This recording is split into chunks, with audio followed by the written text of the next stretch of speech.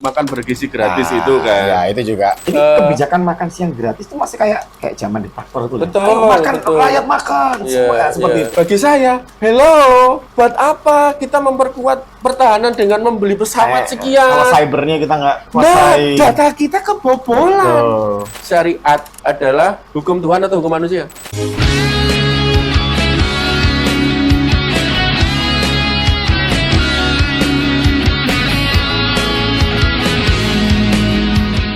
Halo Bolo-Bolo Mas Wim Channel, ketemu lagi ya bersama Mas Wim. Nah kali ini saya mengundang bintang tamu. Jadi kita ini teman lama. Jadi buat Bolo-Bolo yang belum tahu, saya ini dulu anak band. Nah ketika kita bandnya masih awal-awal ya saya merekrut beliau ini yang pada saat itu sebagai apa ya? Drummer. Oh, bukan icik-iciknya. Kita berapa tahun sih nggak ketemu ya? Wah sudah lama sekali. Secara fisik, wah mau 20 tahun mungkin ada. Tapi kalau secara sosial media, sering. Nah, jadi ini saya perkenalkan teman saya Bung Juni Arianto Kurniawan yang sekarang udah keren ini, sudah pulang dari luar negeri, sudah bawa gelar terakhir apa doktor ya? Doktor. Di bidang? Jadi PhD kan, Doktor of Philosophy in Law. Jadi filosofi hukum. Doktor dalam bidang hukum. Dokter dalam bidang hukum. Saya biasanya guyon manggilnya Pak Dosen, tapi ini supaya lebih egaliter kita nyebut Bung Juni ya. Oke. Jadi mendapatkan gelar PhD dulu kan di UNER ya. UNER hukum. Nah, kemudian gimana itu perjalanan akademisnya? Ya, jadi kita kan ketemu sebagai sesama mahasiswa ya waktu itu ya dengan sebuah impian awal rockstar. Ya, menjadi anak band yang bisa masuk dapur rekaman kan begitu. Ya kan? Sehingga kita dipersatukan dengan misi yang sama, terus kemudian ya menjalani latihan bersama dengan Wasbim ini. Tapi saya bukan anak UNER ya, saya anak ITS ya. ITS ya itu. Jadi ya, kampusnya lebih gaul ya. Lintas kampus kan begitu. Jadi kalau cuci mata anak ITS ya datang ke UNER kan begitu. Nah, begitu waktu berjalan ya sebagaimana saya yakin juga dialami oleh personel band yang lain ya. Dinamika itu tentu saja ada. Nah, hingga kemudian karena pemikiran masing-masing ya namanya masih muda sekali, masih egoisnya kan begitu. Ya, kita kemudian berpikir oke, mungkin ini tidak bisa lanjut, artinya saya gitu. Karena pada saat yang sama saya menemukan passion baru pada waktu itu di dunia akademik. Saya mulai suka baca-baca buku, pemikiran banyak tokoh, mulai suka belajar filsafat, mulai suka diskusi, berorganisasi dan lain-lain. Pada saat itu harus keluar. Ya, saya fokus di akademik, ngomong ke Mas Bim ya sudah, kita mungkin bisa jalan. Dalam artian saya resign, tidak di band karena saya lebih merasa bahwa saya menemukan jati diri saya justru di bidang akademik itu. Rupanya ini jalan yang harus saya tekuni. Ya saya resign baik-baik dan kita masih berteman. Tapi ini salah satunya juga dipicu juga dirimu kan nggak terima tak denda waktu dapat. Tapi jujur aja, aku jadi ketua band itu otoriter nggak sih? Jujur sih agak iya sih. Ya, egonya Mas Ling. Oke, lanjut. Ya, begitulah. Tapi itu tidak mengurangi pertemanan kami ya, gitu. Kami masih sering berteman, kalau anak zaman sekarang mungkin ngopi ya, tapi pada waktu itu lebih ke nyangkruk gitu loh. Yang dibeli bukan kopi, tapi dulu tuh ada minuman, nggak tahu zaman sekarang ya. Joshua, ST seperti itu. Hingga kemudian saya lulus dari Fakultas Hukum UNER tahun 2005, lalu tepat setahun setelah itu, sebenarnya begitu saya lulus, tidak lama setelah itu beberapa bulan, ada pembukaan CPNS dosen di UNAIR dengan syarat S1. Jadi sangat kebetulan sekali. Ya akhirnya saya lamar, saya keterima sebagai dosen, terus kemudian saya baru nyadar kenapa kok yang diterima S1. Ternyata pada waktu itu, Rektor UNER pada saat itu Profesor Fasih memiliki sebuah misi, ingin dosen UNER itu lulusan luar negeri. Sehingga kemudian UNER membuat sebuah program dosen yang direkrut S1 ini S2-nya harus luar negeri. Nah, dan itu bisa milih nggak? Kan dulu Spanyol sama Italia ya? Spanyol. Pada waktu itu saya belum mengarahkan radar ke Italia sih. Dan Spanyol itu sebenarnya bukan karena negaranya, karena begini, saya mendapatkan SK asisten ahli itu sebagai dosen pengantar hukum Indonesia dan hukum adat. Nah, hukum adat itu kan mempelajari tentang hukum kebiasaan kita, ya kan, yang sifatnya tidak tertulis dan mempelajari masyarakat adat yang sifatnya sangat etnis, sangat kultural, jadi sangat sosiokultural sekali. Nah, oleh karena itu saya memilih suatu program studi untuk master saya yang bernama studi sosiolegal. Jadi itu adalah sebuah studi yang merupakan irisan dari studi sosial dan studi ilmu hukum. Oke. Itu yang dipelajari ketika studi ke Spanyol bagaimana? Betul. Kenapa kok Spanyol? Karena hanya ada sedikit sekali institut atau universitas yang menawarkan program studi itu. Kebanyakan kan fakultas hukum atau fakultas ilmu sosial, ilmu politik kayak gitu, social sciences or law school, di mana-mana seperti itu. Sedangkan program studi yang menawarkan dua bidang ilmu yang berbeda ini sangat jarang. Ya. Jadi pertama dari jadi kan memang ya pilihannya adanya di situ. Ya. Bukan karena penggemar Real Madrid. Bukan. Jadi para peneliti bidang sosiolegal ini membuat asosiasi, ya kan? Asosiasi ini lalu kemudian membuat institut, yang mana institut itu misinya cuma dua sebenarnya awalnya. Membuat sebuah perpustakaan khusus berisi referensi-referensi bidang sosiolegal. Nah, tetapi karena ini sekali lagi berawal dari sebuah asosiasi dosen, asosiasi pengajar lintas kampus, duitnya nggak ada kan? Butuh funding. Nah, kebetulan Spanyol itu kan negara bagian. Ada negara bagian Basque Country. Ya, Basque Country. Bilbao. Di Bilbao itu. Dekat dengan Bilbao. Ibarat Surabaya Jombang gitu. Ya. Nah, Basque Country ini adalah sebuah negara bagian yang unik. Ada dua negara bagian di Spanyol yang unik dalam tanda kutip. Kenapa? Karena memiliki semangat separatisme yang cukup. Sama Katalan ya. Ya, sama Katalan betul Mas Wim. Karena kenapa? Ya memang ini dua daerah. Ini dua negara bagian yang paling kaya. Ya. Katalan itu kan mereka bilang mereka nggak butuh Spanyol. Daerah industri di Spanyol itu dua ini, Katalan dan Basque. Oh, Basque itu termasuk daerah maju ya? Maju. Banyak industri di sana. Daerah terpencil. Ya memang terpencil sih, tapi banyak pabrik juga di sana. Tetapi yang lebih penting di sini adalah kalau dari segi sosiokultural, bahwa mereka itu memang mengidentifikasi diri mereka sebagai suku bangsa yang berbeda dengan suku bangsa Spanyol. Bahasanya kan beda ya. Beda. Mereka punya bahasa sendiri. Gitu kan. Betul. Kaiso itu apa sih? Thank you. Nah, itu bisa dibuktikan bagi para penggemar bola-bola yang penggemar ini ya, sepak bola Liga Spanyol. Coba lihat pemain Atletico Bilbao itu ada tidak yang bukan orang Basque? Nggak ada. Pada waktu itu ya sekurang-kurangnya, pada waktu saya studi di sana, itu nggak ada. Semuanya 100% orang Basque. Oh gitu ya? Saking nasionalismenya, Pak. Mereka nggak mau pindah gitu ya? Saya masih ingat betul pada waktu itu, ketika baru studi di sana, kan laporan ke KBRI. Saya laporan lewat SMS, di telepon kemudian. Mas Juni studi di mana? Di Basque Country, Pak. Oh, di Aceh ya? Bilangnya seperti itu. Karena kenapa? Ya itu, memiliki semangat separatisme pada waktu itu yang cukup tinggi. Sampai sekarang sih, saya itu pada waktu kan di asrama ya, waktu studi itu kadang-kala mendengar suara tembakan kok dari tempat yang jauh, dor-dor gitu. Waduh. Tapi uniknya begini, Mas Wim, ada sebuah kafe, bukan kafe ya, bar sebenarnya ya. Bar itu tempat hiburan satu-satunya bagi kami para mahasiswa.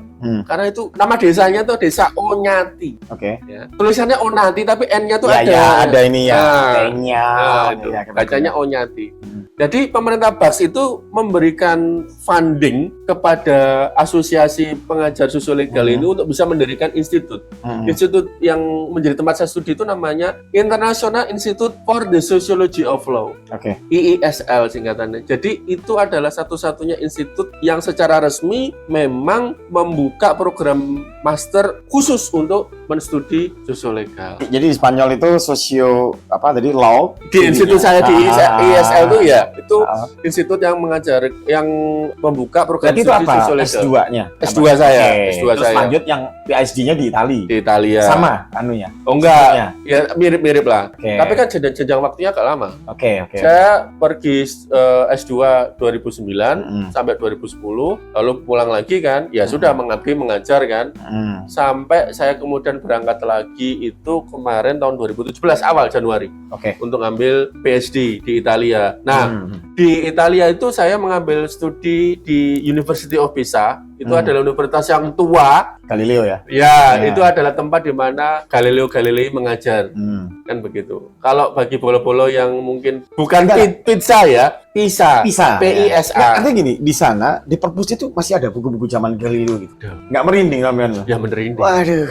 Merinding. Ada. Ya. Jadi bisa dibilang saya ini satu alma mater dengan Galileo Galilei. Oh, ya, Dan ya. mungkin yang benar-benar satu alma mater ya, karena sama-sama dari Fakultas Hukum istilahnya. Itu dengan Andrea Bocelli. Oh, nyanyi. Penyanyi Yang Seriosa yang buta buta netra, itu. ya? Iya. Dia sebenarnya adalah seorang sarjana hukum Oke. dari University of Pisa tempat saya. Apa lagunya terkenal dia tuh? Conte. Apa sih judulnya itu? Iya, saya juga lupa. Ya. Oke, gini. Walaupun kita setelah puluhan tahun baru ketemu ya, tapi karena kita masih tersambung ya di sosial media. Ya.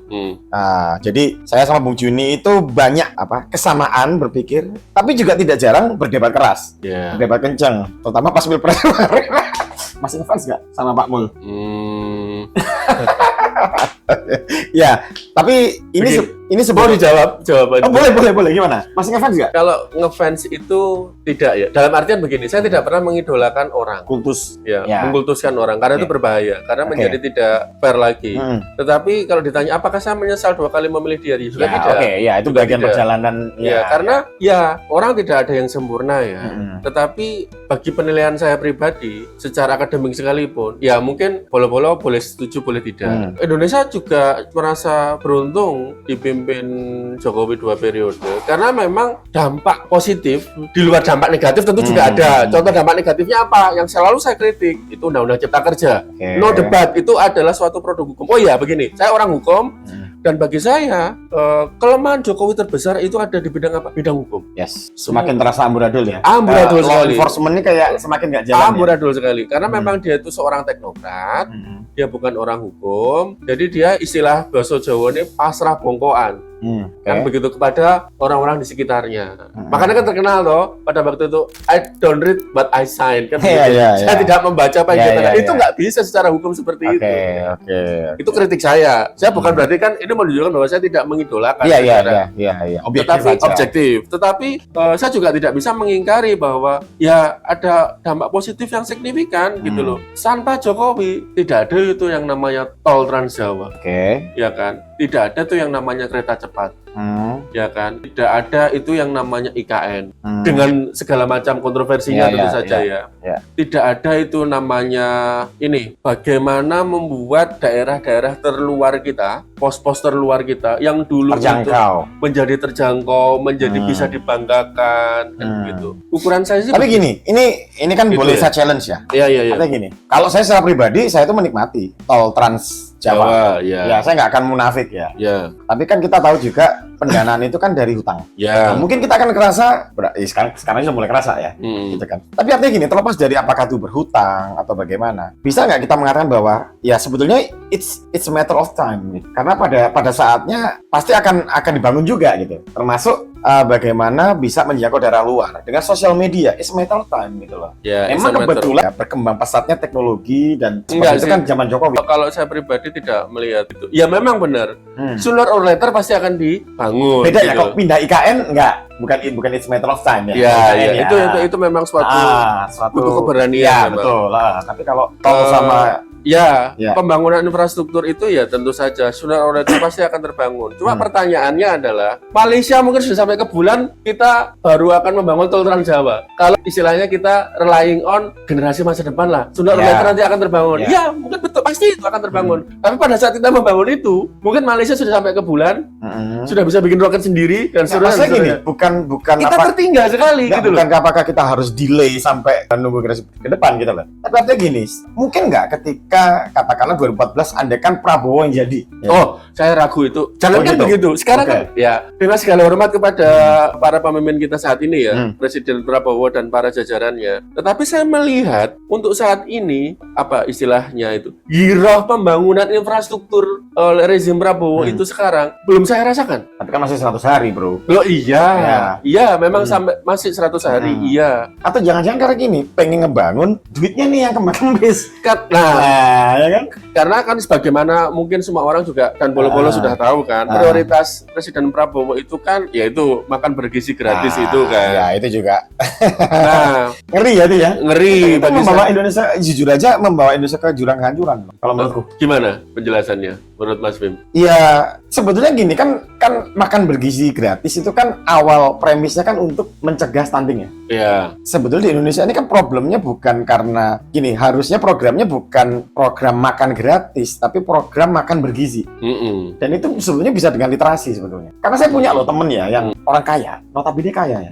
Anaknya tuh dimakanin nasi sama kacang sukro, badannya pun kurus. Iya. Jadi di Indonesia tuh banyak juga orang yang sebetulnya berada, tapi karena literasi gizinya nggak jalan, nah akhirnya menjadi stunting gitu loh. Dan kita ini kan setiap tahun membuang makanan berapa juta ton. Iya.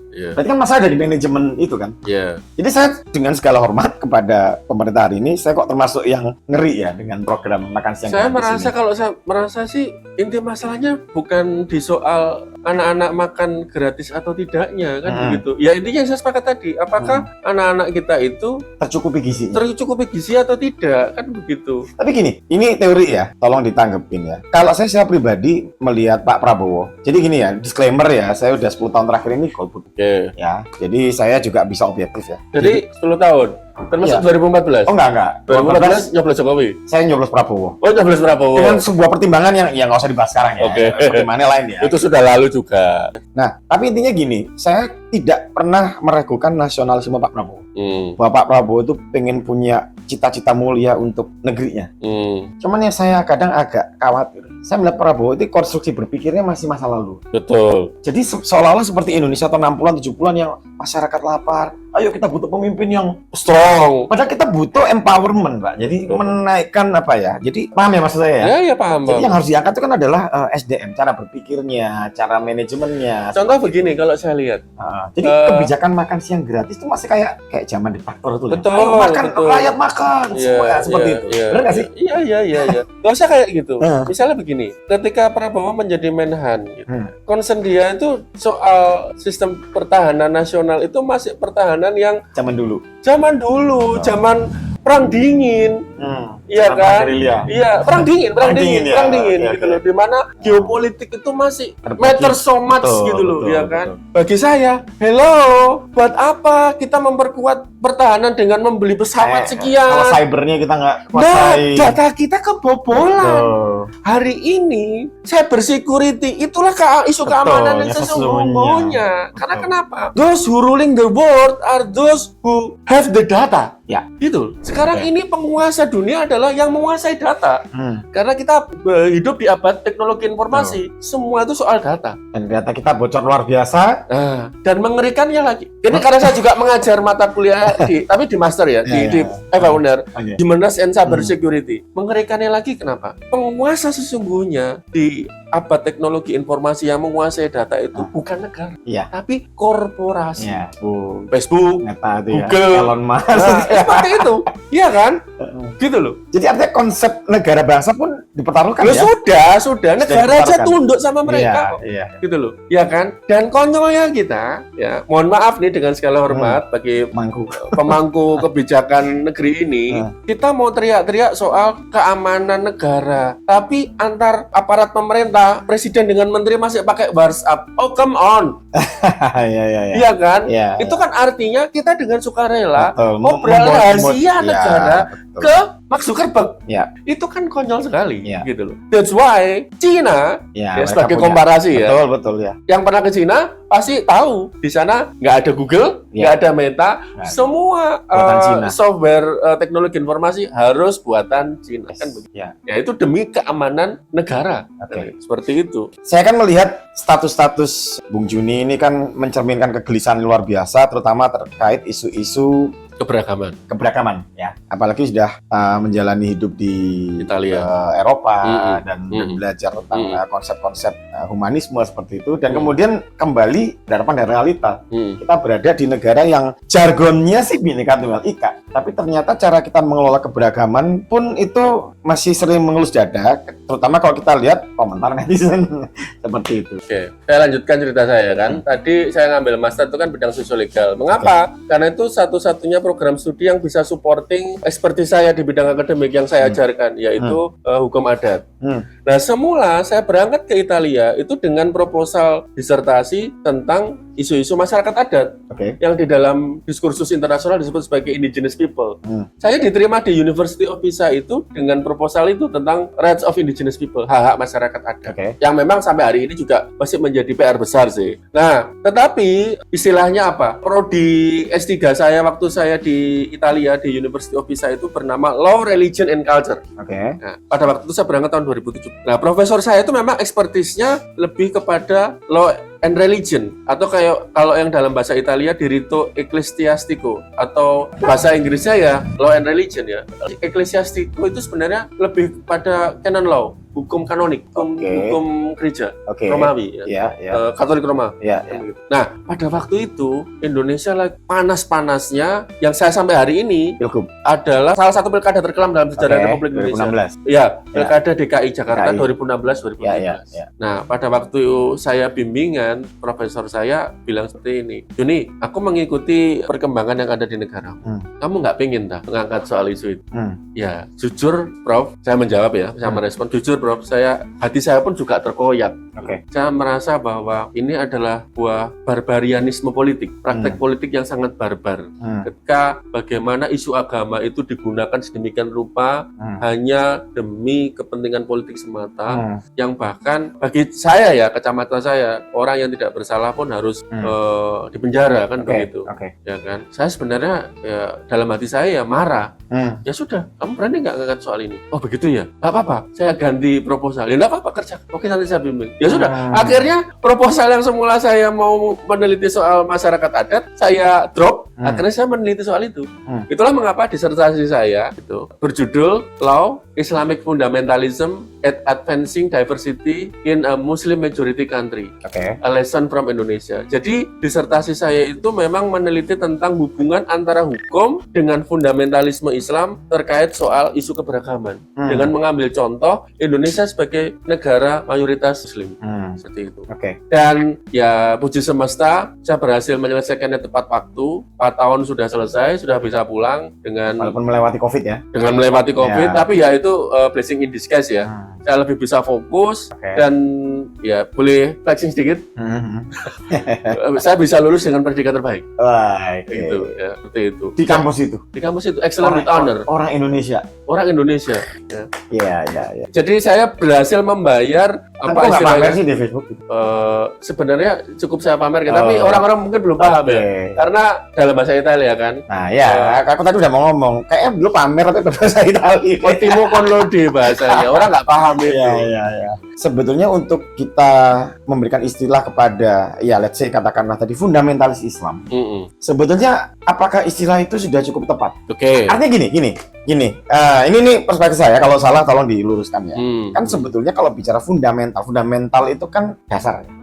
Dasar. Nah, kapan orang dikatakan fundamentalis? Katakanlah ketika dia tidak toleran misalnya. Padahal jelas kalau kita merujuk pada sumber Islam yang primer, Quran, itu mempromosikan toleransi yang luar biasa. Jadi itu sebetulnya bukan sesuatu yang fundamental. Atau fundamental itu adalah katakanlah ngamuk ketika agamanya disenggol ya, agama senggol bacok gitu ya. Padahal ayat-ayat Qurannya adalah kalaupun kamu membalas, ya balaslah serupa. Tapi kalau bisa memaafkan, itu jauh lebih baik. Nah, apakah kata-kata istilah fundamentalisme itu dalam konteks ini benar atau enggak? Ya, saya jawab. Ya memang itu sebuah pertanyaan yang awam terjadi. Jadi begini, istilah fundamentalisme itu harus kita lihat dari dua sudut pandang. Sebagai istilah umum, atau sebuah istilah yang khusus dalam diskursus kajian-kajian keagamaan. Ya, kalau dari perspektif umum memang fundamentalisme itu dianggap sebagai suatu hal yang fundamental ya, artinya sesuatu yang mendasar gitu. Padahal maknanya bukan itu. Jadi ini adalah sebuah istilah khusus yang memang muncul di dalam ruang diskursus tentang studi keagamaan. Jadi begini sejarahnya, fundamentalisme itu adalah sebuah gerakan modern yang pertama kali muncul dalam tradisi Protestan di Amerika di awal abad ke-20. Ya, jadi begini ceritanya. Pada waktu waktu itu ada kegelisahan dua orang saudara kandung, ya ibarat kayak Mas Bim dengan Mas Randu gitulah, penganut Protestan. Mereka gelisah karena melihat semakin menguatnya sekularisme, semakin menguatnya saintisme, liberalisme, dan kebebasan berpikir seperti itu. Sehingga kemudian mereka menganggap ini adalah sebuah erosi terhadap keimanan Kristen. Hingga kemudian dua orang saudara kandung ini membuat sebuah pamflet, ya. Sebuah pamflet yang judulnya The Fundamental. Apa isinya? Isinya adalah seruan untuk kembali kepada teks skriptural ajaran Kristen Protestan, kan begitu, kan? Yang mana di dalamnya itu menolak tafsir kontekstual terhadap sebuah kitab suci, gitu loh. Nah, istilah fundamentalisme itu berawal dari itu, pamflet itu sebenarnya judul pamflet The Fundamentals, gitu loh. Maka dalam konteks ini ketika katakanlah kita memandang ayat suci atau ajaran agama tanpa mempertimbangkan konteks, itulah disebut sebagai fundamental. Ya, karena lebihnya seperti itu. Memahami secara telanjang ya. Mempertimbangkan itu ya. Nah, sehingga yang harus digarisbawahi di sini adalah apa yang disebut sebagai gerakan fundamentalisme itu tidak hanya terbatas pada agama tertentu. It may happen in any religion. Or it happens in many religions gitu. It's already happens gitu. Di setiap agama selalu ada. Kan fundamentalis kalau di Indonesia sekarang ya, fundamentalis budaya juga ada loh. Ada. Makanya ini kalau saya guyonan sama ini adik lanang ya. Kalau kita menyebut ya teman-teman yang fundamentalis agama dari Islam itu guyonan kita ya. Kita sebut sebagai sobat gurun. Yang satunya sobat rahayu. Itu sebetulnya setali. Itu ada dimanapun. Itu ada dimanapun. Intinya kalau boleh saya sederhanakan itu adalah apa? Fundamentalisme itu adalah sikap merasa benar sendiri. Ya kan? Intinya itu bahwa orang lain itu salah, jadi tidak membuka peluang bahwa kebenaran itu sebenarnya ada banyak versi. Kebenaran itu hanya punya kutok gitu loh. Itulah yang namanya fundamentalisme gitu loh. Jadi mereka memang anti terhadap keberagaman karena mereka memonopoli kebenaran kan begitu. Kenapa kok saya sebut fundamentalisme Islam? Ya karena gerakan fundamentalisme di Indonesia ya otomatis oleh yang mayoritas Islam otomatis. Jadi karena gerakan fundamentalisme itu bisa terjadi di banyak agama ya, saya harus menyebut ini adalah fundamentalisme Islam.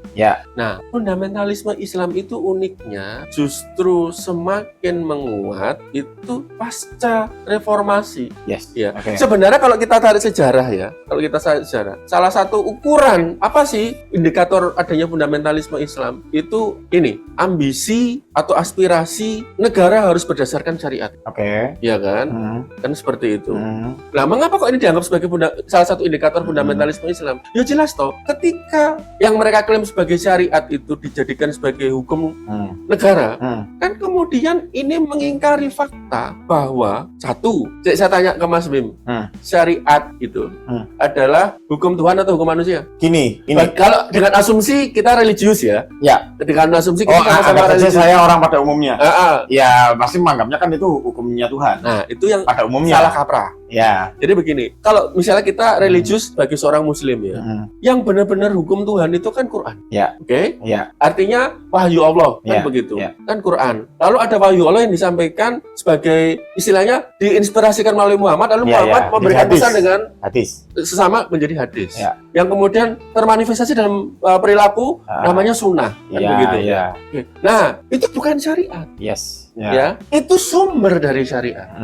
Yang disebut sebagai syariat ijma dan sebagainya tadi itu adalah hasil tafsir ulama terhadap sumber-sumber hukum itu tadi terkait isu-isu kehidupan sehari-hari. Dan yang juga sangat rawan tercampur tradisi juga. Gitu loh. Ya itu ya pasti gitu loh. Jadi syariat itu man law, bukan God's law. Itu yang harus digarisbawahi ya.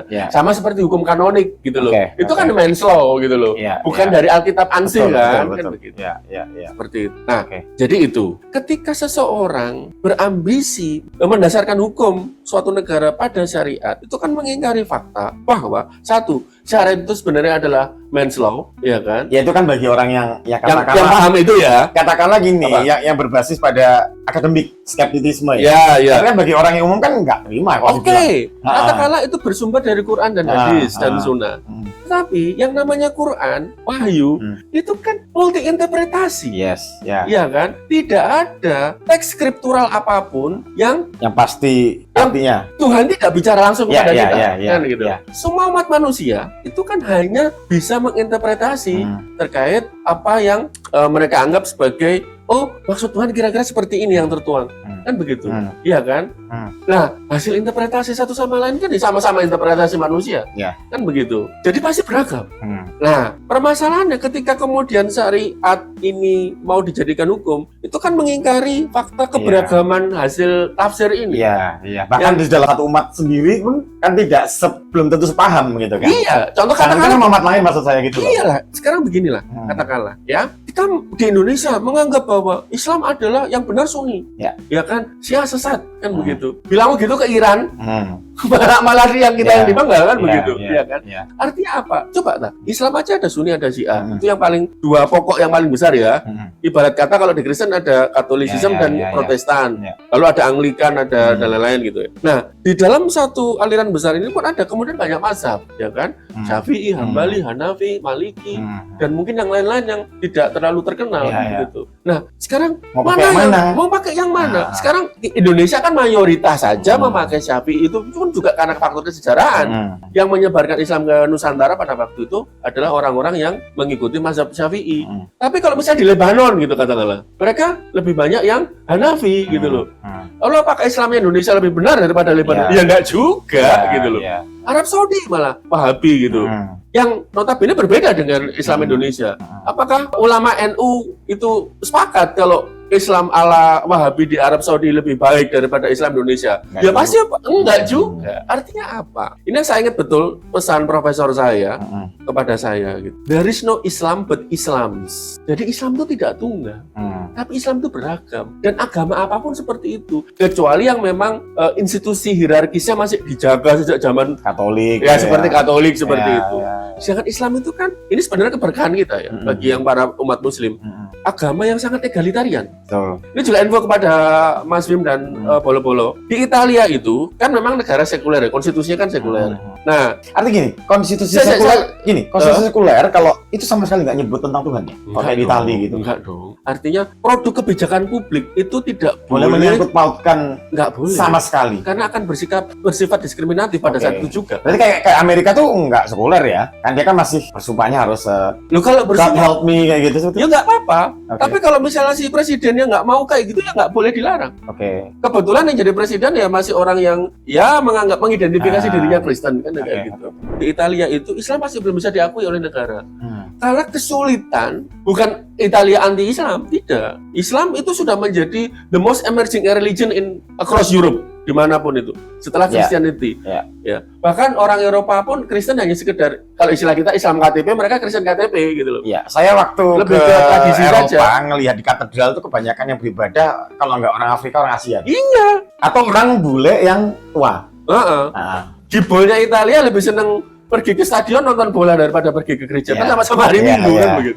Nah, seperti itu. Artinya gereja-gereja di sana banyak. Hampir di setiap 5 meter, 10 meter ada gereja. Sama kayak sini lah. Ada musola, ada langgar. Tapi sepi. Tapi nggak pakai loudspeaker ya? Nggak pakai. Lonceng tapi masih. Lonceng masih. Seperti itu. Nah, karena kenapa pemerintah Italia kesulitan untuk mencari representasi dari Islam? Nggak ada satupun yang bisa merepresentasikan itu. Saking egalitariannya Islam. Itu kan sebenarnya di satu sisi ada suatu kelebihan, Pak. Iya kan? Semua berhak mengklaim sebagai Islam. Betul tidak? Iya kan? Seperti itu. Nah, artinya itu menunjukkan bahwa tidak ada seorang pun yang merasa berhak bahwa saya adalah penafsir yang paling benar atas Quran. Ya kan? Seperti itu. Ya, akhirnya bagaimana? Ya sudah, jalankan apa yang kita yakini. Selama kita tidak melanggar keyakinan orang lain, ya sudah. That's all gitu loh. Ya, tapi pemikiran simpel itu kan masih belum bisa diterima ya sama ya banyak orang Indonesia. Nah, kenapa kok tidak bisa diterima? Karena adanya ambisi mempolitisasi agama. Nah, ingin menjadikan misal syariat sebagai hukum negara, itu kan sebenarnya ambisi mempolitisasi Islam. Padahal sebetulnya hukum negara sepanjang itu tidak bertentangan dengan value-nya, ya itu sebetulnya bisa tanda kutip bilang Islami kan? Loh iya gitu. Islami kan Islami pada saat yang sama juga bisa sangat Kristiani pada bisa, saat sama. betul. Nah, yang menurut saya itu sudah berhasil dirumuskan oleh Bapak bangsa kita bernama Pancasila gitu loh. Iya. Ya, itu identitas yang bisa diamini oleh semua banyak agama dan mungkin yang tidak beragama sekalipun gitu loh. Yang menjadi masalah kan ketika Islam mau dilegal formalkan. Itu ketika agama mau dilegal formalkan, otomatis kan harus menjadi sangat rigid. Ya. Mau nggak mau harus berpatok kepada satu tafsir tertentu. Iya kan? Seperti itu. Contoh katakanlah begini, soal jilbab. Di Aceh itu, satu-satunya provinsi di Indonesia yang melegal formalkan syariat. Perempuan harus berjilbab. Pertanyaan saya, dan pertanyaan kita semua, apakah benar yang diminta oleh Quran itu adalah bahwa perempuan itu harus berjilbab seperti yang kita lihat saat ini? Iya kan? Ya kalau buat mereka ya iya. Ya iya. Tuhan tuh kayak fashion designer. Nah, padahal itu kalau kita lihat sejarah, sebenarnya tradisi Kristen juga kerudung. Bizantium ya pakai kerudung. Bahkan gitu. kalau kita lihat di Perjanjian Baru ya, kalau nggak salah di Korintus ya, itu malah justru lebih genah loh. Iya, kewajiban berkerudungnya daripada di Quran. Iya. Nggak usah gitu. Coba lihat itu apa namanya lukisan Bunda Maria. Itu kan pakai kerudung semua. Artinya sebenarnya begini kan, kalau ayat correct me if I'm wrong ya, itu ayat ya. Panjangkanlah jalaba ya ke dadamu itu kan Al-Azab. gitu. Oh, itu ayat kan? Anisaya. Yang menutup dada. Tapi kan itu tidak datang tiba-tiba. Ya. Ada konteksnya pada waktu itu. Ketika ada seorang perempuan jalan di malam hari diganggu oleh para laki-laki. Zaman sekarang catcalling lah, gitu, ya kan? Terus komplain ke Nabi. Komplain ke Nabi. Ya Nabi, saya ini diganggu. Lalu turunlah ayat sebelumnya kan. Ya. Kita baca. Artinya, kalau menurut saya, apa sih pesan dari itu? Ini adalah untuk menjaga woman dignity. Betul. Iya kan? Itulah mengapa yang wajib menutup aurat itu kan perempuan merdeka. Budak tidak. Budak itu berbreast, panjang dada kan? Gitu loh. Sekarang budak udah nggak ada. Budak nggak ada. Nah, artinya apa? Nah, woman dignity itu kala itu dirupakan dalam bentuk way of dressing, cara berpakaian. Tapi sekarang kita punya perangkat hukum, Mbak. Gitu loh. Iya kan? Sekarang, apakah kalau perempuan Indonesia memakai kebaya itu lalu kehilangan dignity-nya? Enggak, malah itu adalah simbol dignity perempuan Nusantara. Menurut saya, itu jilbab Nusantara.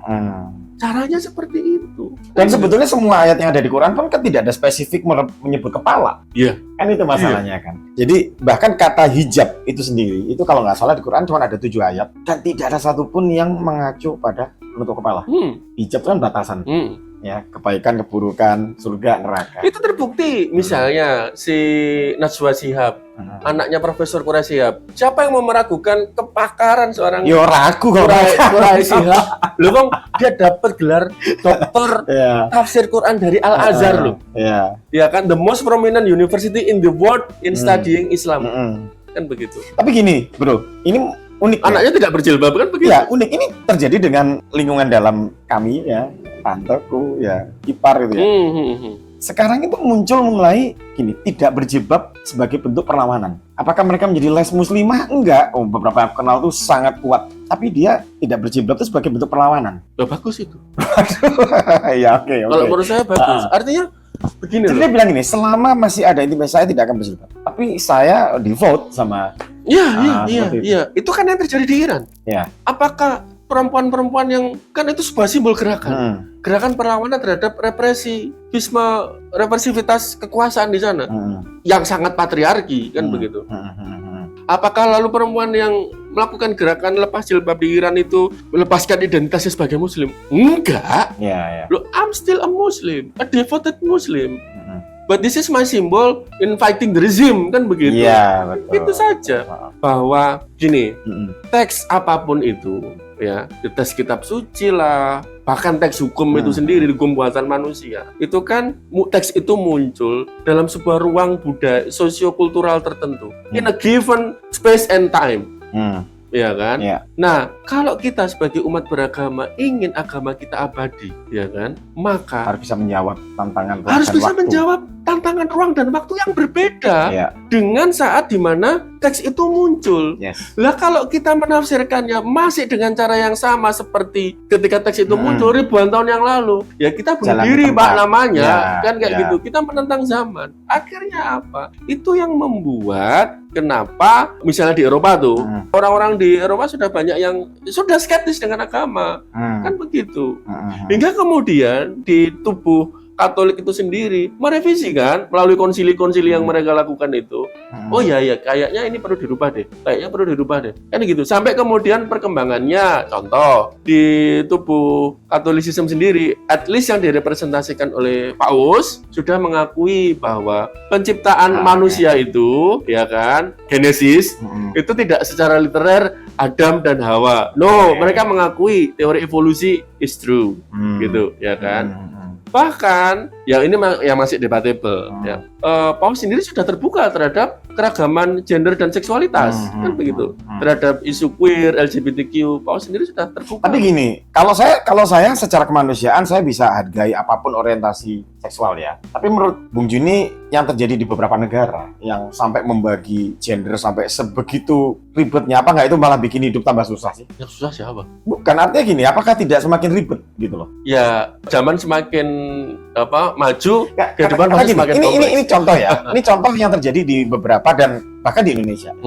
Jadi di luar negeri itu sampai ada sekolah yang murid ketika dia mengidentifikasi sebagai seorang cowok atau cewek, itu gurunya itu sampai gini, are you sure you're a boy? Jadi dibuat sebingung itu gitu loh. Kan itu kan nggak penting juga, malah bisa kontraproduktif sebetulnya terhadap apa yang diperjuangkan untuk menghargai hak orientasi seksual orang. Kan kita sepakat segala sesuatu itu akan menjadi kontraproduktif ketika berlebihan. Ya, tentu saja. Itu Nah, itu yang berlebihan itu yang istilah kalau dalam istilah studi keagamaan yang disebut sebagai fundamentalisme itu juga. Ya, jadi fundamentalisme LGBT pun ada ya?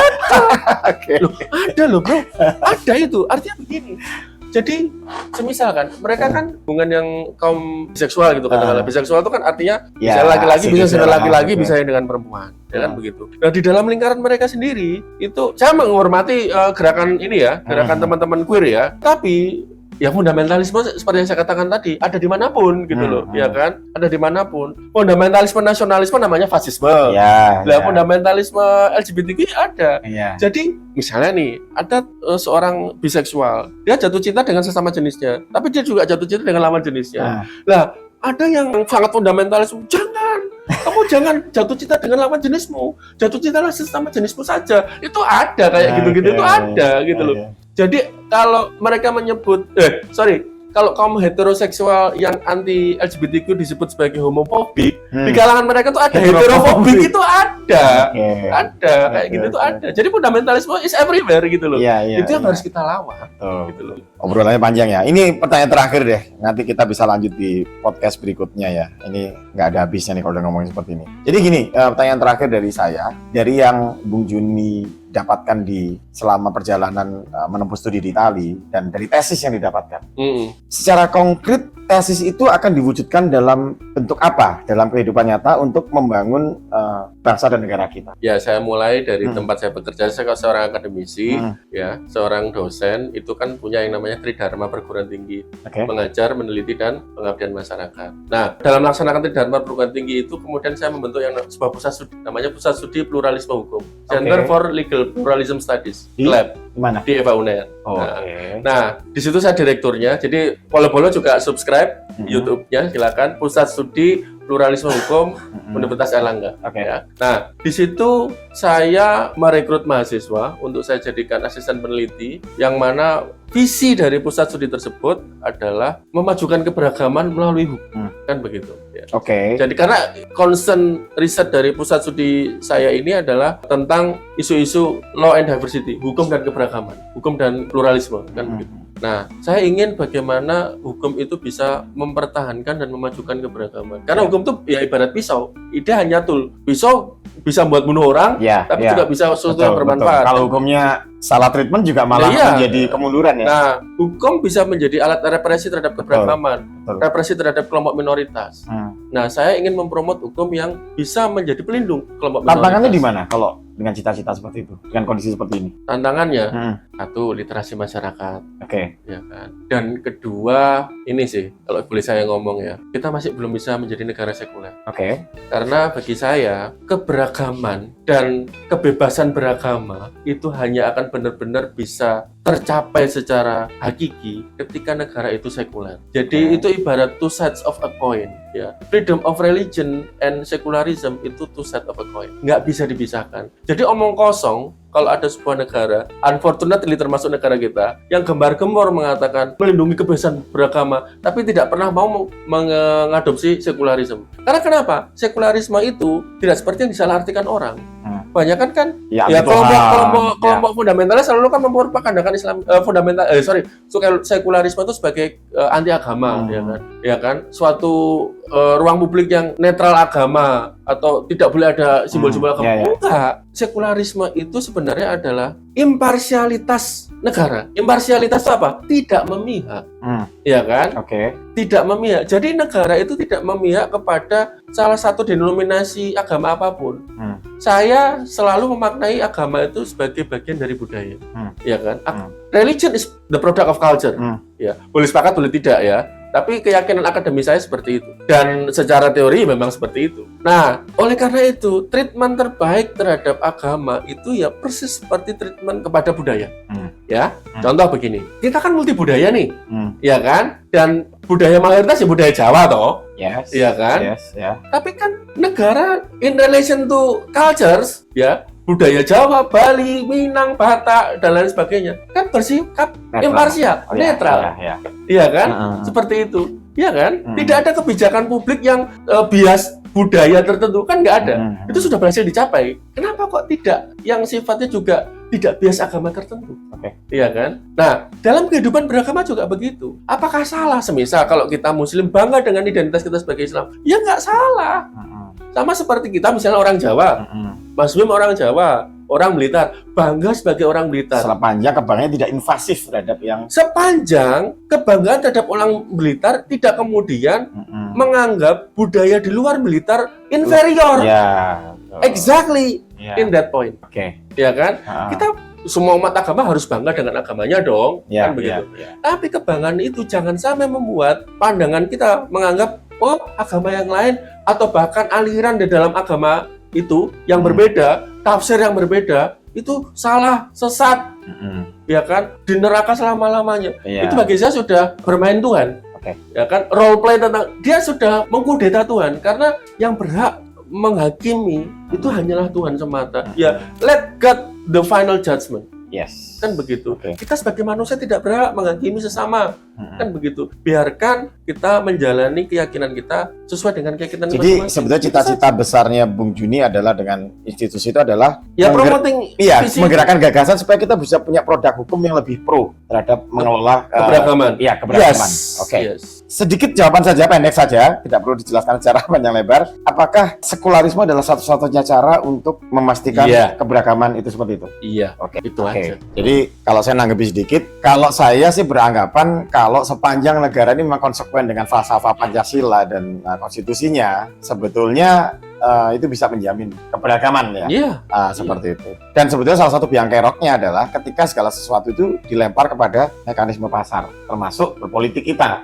Politik kita ini kan selalu ingin mengambil dukungan terbanyak. Nah, disitulah keberpihakan muncul. Cuma begini, faktanya Pancasila itu sendiri juga dalam perjalanannya sama seperti kitab suci. Bisa ditafsirkan di sana kemari. Oke. Nanti kita bisa bahas lah di mungkin bisa diundang ke Institut Pluralisme. Boleh. Gitu ya, bolo-bolo Mas Wim, ini seru banget ini dapat narsum yang daging ya. Semoga kita bisa ketemu lagi di podcast berikutnya. Oke, thanks. Sama-sama. Bolo-bolo. Sampai jumpa.